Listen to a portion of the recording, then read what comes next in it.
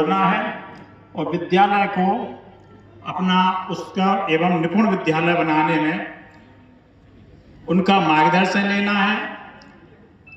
हर meeting की अपेक्षा हमने एक ही बात कही, आज मैं फिर वही पुनः दोहरा रहा हूं। विद्यालय चलाने के लिए सबसे पहले हमें 4 बिंदुओं पर अंकित होना चाहिए। अगर हम 4 बिंदुओं पर अंकित होंगे तो हमारा विद्यालय अच्छे से अच्छा और निपुण विद्यालय एक साधारण चीज है, क्योंकि निपुण विद्यालय बनाना कोई बड़ी बात नहीं है। जो उसमें कोर्स दिया गया है वो कोर्स अधिकांश बच्चों को प्रारंभिक शिक्षा से ही प्राप्त हो जाता है। वो 4 बिंदु हमने अपने विद्यालय में भावुक किए हैं। उन विद्यालय में सबसे पहले हमें ग्राम जो भी हमारे अभिभावक गण हैं उनको विद्यालय से बार बार जोड़ें। जो आज मीटिंग का उद्देश्य है, अगर हमारे अभिभावक ज़्यादा हमारे विद्यालय से जुड़ेंगे तो हमारे विद्यालय को और हमारे बच्चों को अधिक से अधिक लाभ होगा। उसमें कुछ चीज़ें क्या होती हैं कि अपन लोग इसलिए डर जाते हैं कि कहीं ग्राम प्रधान या अन्य लोग कुछ ऐसे लोग भी रहते हैं जो ड्रिंक वगैरह रहते हैं, तो उनसे अपन लोग थोड़ा भयभीत हो जाते हैं। तो पार्टियां 2 होती हैं, 3 होती हैं, 4 कार्यक्रम भी अपने वार्षिक कार्यक्रम अगर अपन जोड़ें तो 6-7 कार्यक्रम हो जाते हैं। उसमें किसी को एक बार, किसी को दूसरी बार बुलाएं और टेबल कुर्सी अपने विद्यालय में उपलब्ध रहती ही हैं, बैठा रहें और उन्हें तिलक एवं माला का प्रयोग करें।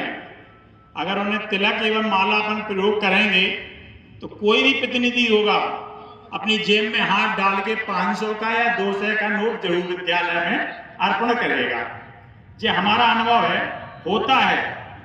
हमारे स्कूल में तो ये स्थिति है कि जितना सरकार ने किया उतना उससे ज्यादा हमारे समाज सेवियों ने किया और उससे अधिक हमारे जो अधिकारी आते वो भी कर जाते हैं।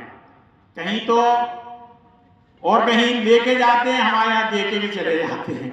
तो कुछ ना कुछ बच्चों के प्रभाव के लिए, ऐसा नहीं है कि बच्चों के प्रभाव, बच्चों का एक हौसला वर्धन करने के लिए, चाहे अधिकारी हो चाहे समाज सेवी, अगर हम आपको भी अगर बैठाएं मंच पर और कुर्सी पर तिलक लगा के आपका सम्मान करेंगे तो आपको ये लगेगा कि हमें कुछ ना कुछ इन बच्चों को करना चाहिए। तो वो उस हिसाब से करते भी हैं। दूसरा स्तंभ बनता है हमारे अभिभावकों से ज़्यादा तालमेल बने, जिससे हमारी उपस्थिति भी अच्छी होती है।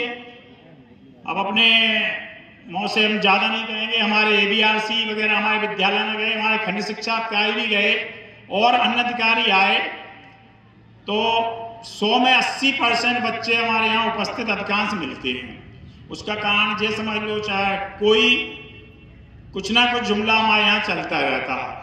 हमारे यहाँ एक बार हमने स्टेट बैंक वाले मैनेजर को बुलाया तो उनसे कंप्यूटर भी प्राप्त किया। बिहारी लाल आर्य महापौर साहब को बुलाया, उनसे एक बैटरी का इन्वर्टर का प्रयोग किया। एक जनों को बुलाया तो किसी को पंखे प्रयोग किए। कोई ना कोई चीजें, और नहीं दे तो स्टेट बैंक के मैनेजर को जरूर बुला लीजिए आप लोग। कोई आ जाए तो वो कछु ना कछु दे के जाते हैं, कुछ ना कुछ आपको दे के जाएंगे। कुछ उनका बजट रहता है, वार्षिक बजट रहता है। मैंने स्टेट बैंक के कोई भी मैनेजर हो उनको आप बुला लीजिए, उनका वार्षिक बजट रहता है कि बच्चों के प्रति हमें खर्च करना है।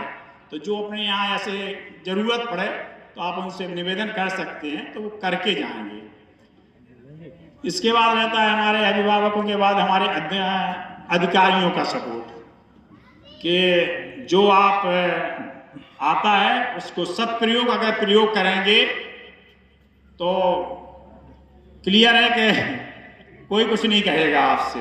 सदप्रयोग, तो इसमें अधिकारियों की भी भूमिका रहती है। अधिकारी आपके विद्यालय को जब देखते हैं, उनके कार्य क्षमता को देखते हैं, तो वो आपको भी बहुत ज़्यादा प्रोत्साहन करते हैं। जैसे हमारे खंड शिक्षा अधिकारी हैं और इससे पहले भी जो रहे तो सभी लोगों का स्नेह हमें बहुत मिलता रहा। अब वो आप लोगों की वजह से मिला हो, चाहे हमारे कार्यों से मिला हो, चाहे उनके विशेष प्रेम से मिलता है। इसके बाद पहुंच जाओ आप लोग जिला स्तर के अधिकारियों पर। जब थोड़ा बीच में ध्यान आकृष्ट करना चाहते हैं, हमारे सम्मानित पुलिस बल के अधिकारी हमारे साथ आए हुए हैं और मैं उनसे अनुरोध करूंगा जरा मंच पर दरोगा जी आए और हमारे अध्यापकों को विद्यालय में सुरक्षा के प्रति क्या क्या कार्य अपेक्षित हैं और साइबर क्राइम में हम क्या कर सकते हैं उसके बारे में भी अपना मार्गदर्शन दें, जिससे हम सब लोग लाभान्वित हो सकें। बहुत बढ़िया। तो ये अधिकारियों का सपोर्ट रहता है, बिना अधिकारियों के सपोर्ट से भी अपन आगे नहीं बढ़ सकते हैं।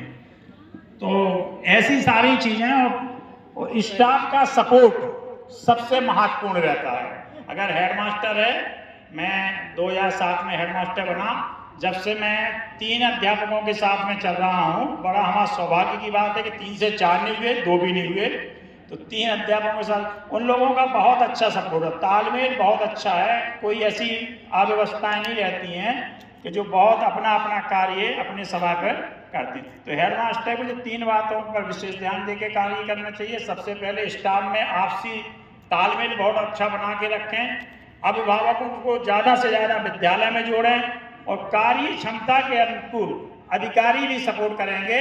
इसके लिए भी ये विद्यालय हमारा बहुत तीव्र गति से आगे बढ़ता है। और रहा सवाल, ईश्वर बहुत कुछ दे रहा है, तो सरकारी मत पे ना जाके अपने पर्सनल ज़्यादा से ज़्यादा हो सके। अब हमने देख रहे हैं कि हमने बंगरा ब्लॉक में जितने अच्छे अध्यापक और जितने अच्छे विद्यालय देखे, शायद अन्य ब्लॉकों में देखने को नहीं मिले हमें। हम तो काफ़ी चलते फिरते रहते हैं, तो हमें देखने को मिलता है। हमारे यहाँ बंगरा ब्लॉक के अधिकारी, हम अपने खंड शिक्षा अधिकारी से भी अवगत करा दें। जब जो जहाँ मोट में थे, अन्य जगह थे, तब हमने इनसे बात की कि हमारे बंगरा ब्लॉक में आइए। 2 बार प्रयास के बाद हमारे बंगरा ब्लॉक में आए, ये हम लोगों का सौभाग्य रहा। और वास्तविकता विद्यालय की कार्यशैली से यहाँ जो प्रभावित हैं, हमारे अध्यापक बहुत मेहनत, लगन और कार्य करते हैं और अपने आर्थिक स्थिति से भी विद्यालय को मजबूत कहते हैं, अपने शिक्षा के अनुसार भी विद्यालय को मजबूत कहते हैं। हम सभी अध्यापकों और अध्यापक बहनों को पुनः नमन करते हैं कि अपने कर्तव्य का इसी प्रकार से पालन करें। ये 4 चीजें जरूर विद्यालय से जोड़ें, लाभ होगा 101%। और भी 23 तारीख को निपुण विद्यालय पुनः हमारा चयनित हुआ है। हम कोशिश करते हैं कि उसको फिर से निपुण बनाएंगे, ऐसी आशा नहीं, पूर्ण विश्वास के साथ आपसे कहते हैं। फिर जय हिंद, जय भारत, जय श्री कृष्ण।